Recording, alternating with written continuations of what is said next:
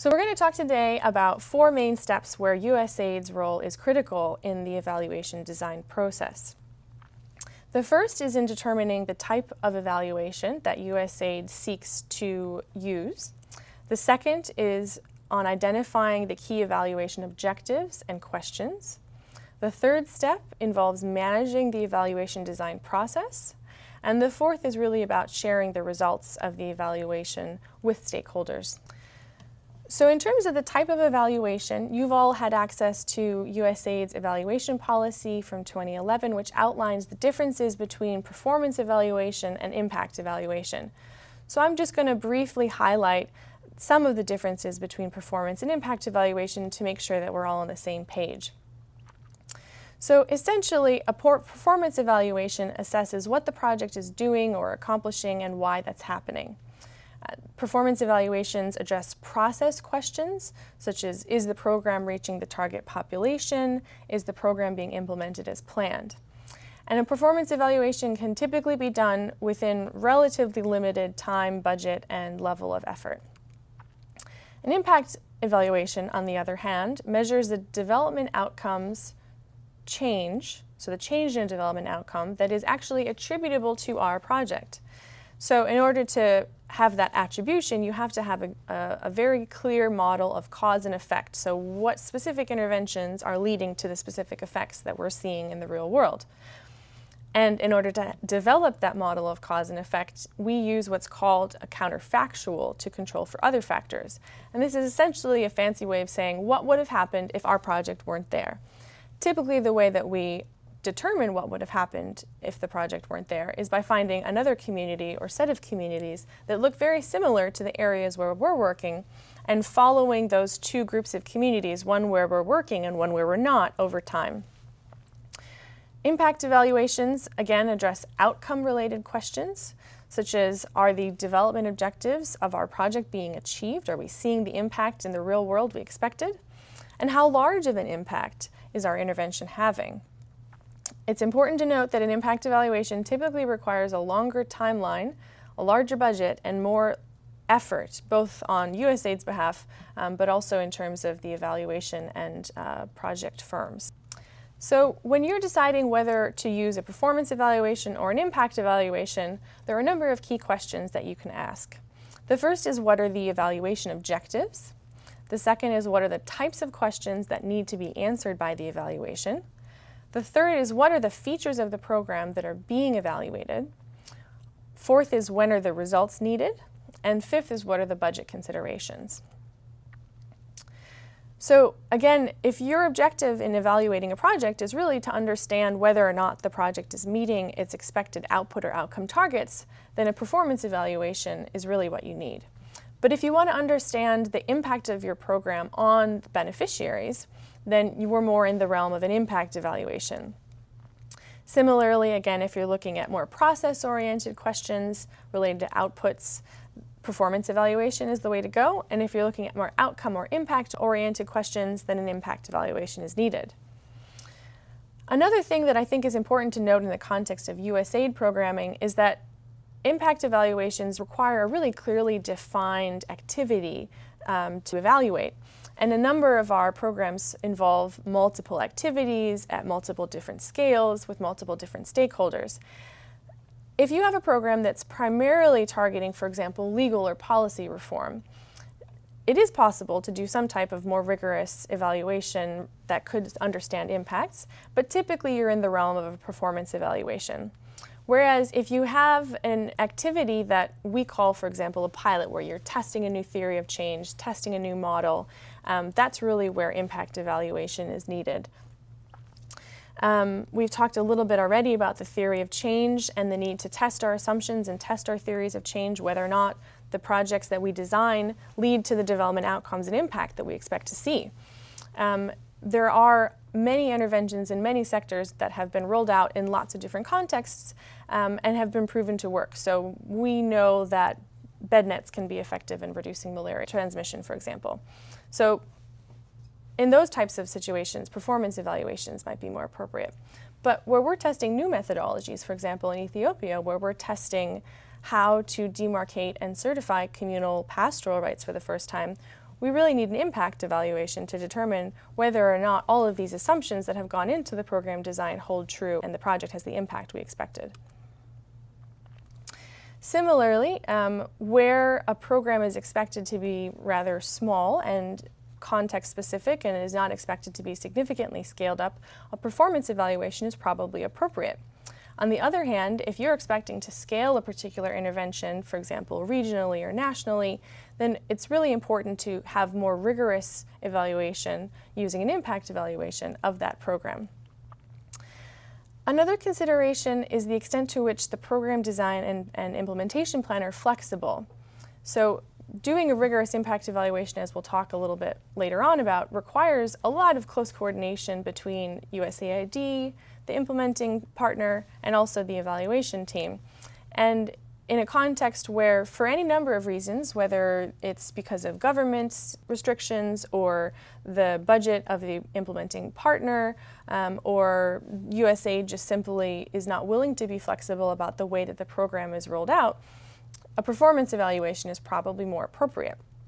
On the other hand, if the program can, for example, be rolled out in different ways in different places, for example, some communities have extra support in understanding their rights and other communities just get sort of a shortened module for understanding their rights, then you can begin to test what's the impact of specific activities or interventions, and you're much better able to use an impact evaluation effectively.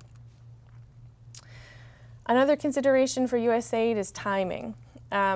Performance evaluations can be done over shorter long-term timelines, but impact evaluations do tend to take medium to long-term. So we're talking several years before you can really get solid evidence on the impact of our programs. And sometimes for some of the development outcomes, as we'll talk about later, related to governance and long-term outcomes like impact on incomes and household assets, some of those impacts can take a long time to materialize. And so when we start an impact evaluation, we have to be realistic in understanding when we can expect to receive the results that will be relevant.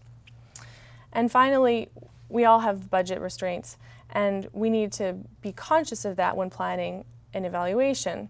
If you have a relatively limited budget, you can probably accomplish more with a really rigorous performance evaluation than you could with an impact evaluation, where typically significantly more resources are required in order to do the types of standardized data collection across a number of households, for example. So coming back to our case study on the Ethiopia Land Administration to Nurture Development Project LAND. For USAID, we had a number of objectives in evaluating this project, and they're principally centered around testing the effectiveness of the pilot, and in particular quantifying the impact of this pilot project on community-level development outcomes, but also development outcomes at the household level. So, as you've probably guessed, what we're talking about here is an impact evaluation. So now that we've decided that we're going to use an impact evaluation, we need to identify the key evaluation objectives and questions. In order to do that, we need to understand, again, that theory of change or results framework. And this, again, is a sequence of events, activities, and outputs generated by the program, and potentially, in our case, other partners, that are expected to achieve desired development outcomes. We need to really hone in on that second statement. What are the expected project impacts and outcomes? And also, what can we measurably attribute to our program? What can we say that our project led to in the absence of anything else? And what can we measure within the time frame? So in addition to having a project timeline in terms of implementation, we all have timelines in terms of our evaluations. A 5-year timeline might not be long enough to see, again, these long-term impacts like household assets.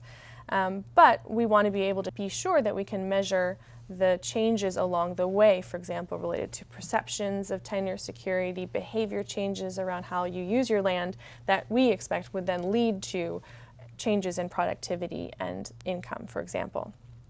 And then we also need to understand in detail who are the beneficiaries of the program. So is the project targeting change at the individual level? Are they targeting households, communities, a mix of all of these?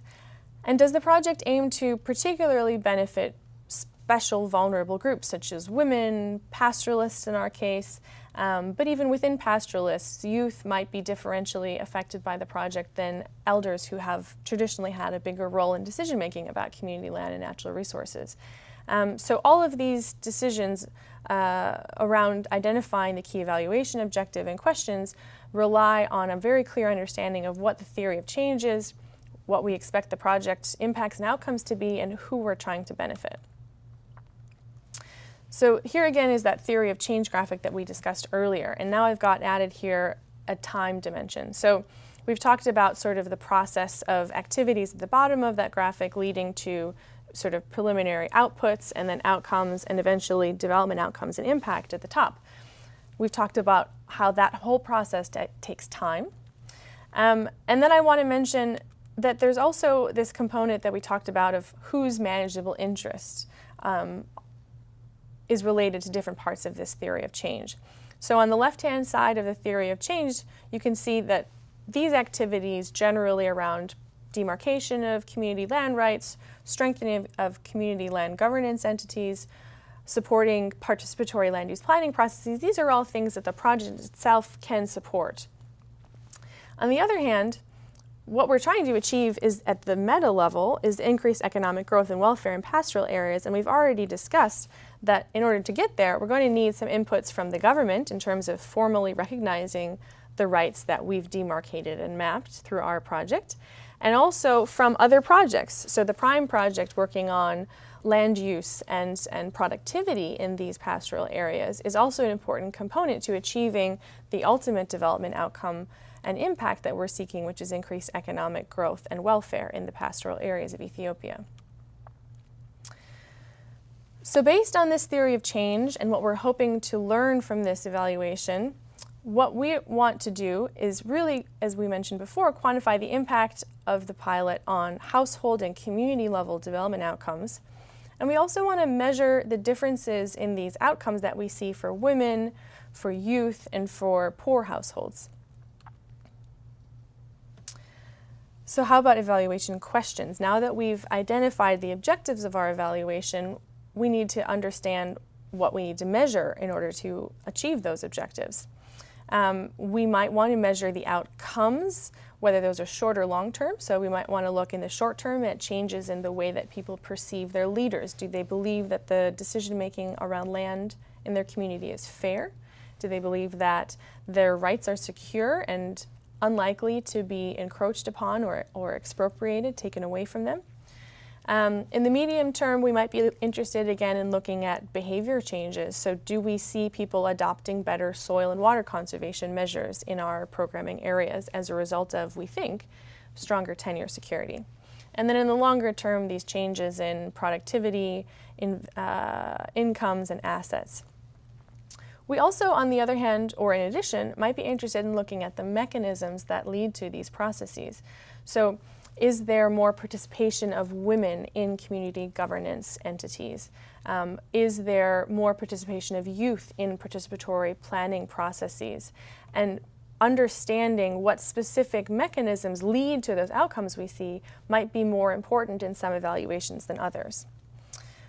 One thing that USAID tries to balance in the way we do our impact evaluations is understanding context-specific outcomes versus making sure that the results of our evaluations are comparable across countries.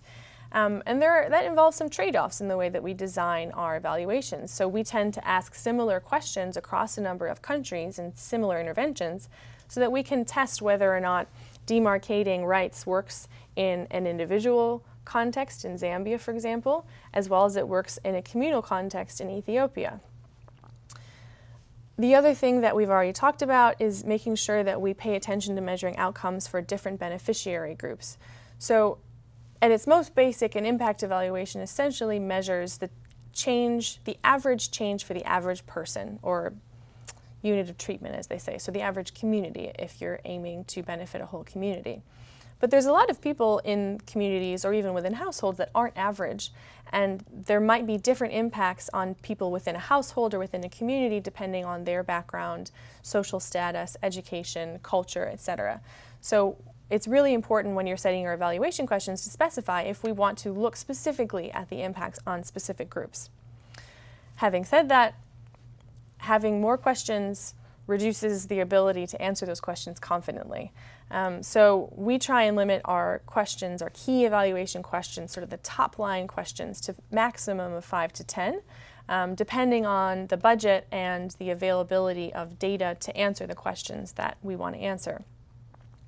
So just in terms of some generic examples of evaluation questions that you might see in an impact evaluation, to what extent did the intervention lead to particular development outcomes, such as changes in income or assets? Or to what extent did the project impact women as compared to men? So in the context of our land project in Ethiopia, we had a number of evaluation questions, both at the community level, the household level, and then looking specifically at these different groups, impacts in different groups. So we wanted to understand what was the impact of the pilot at the community level on land conflict, land governance more broadly, land use planning, sustainable land management, land encroachment, and compensation in case of expropriation. At the household level, we wanted to understand the impact of the pilot on livelihoods and welfare and land management practices. And then we also wanted to look at women, youth, and poor households and how the project impacted those different groups in particular.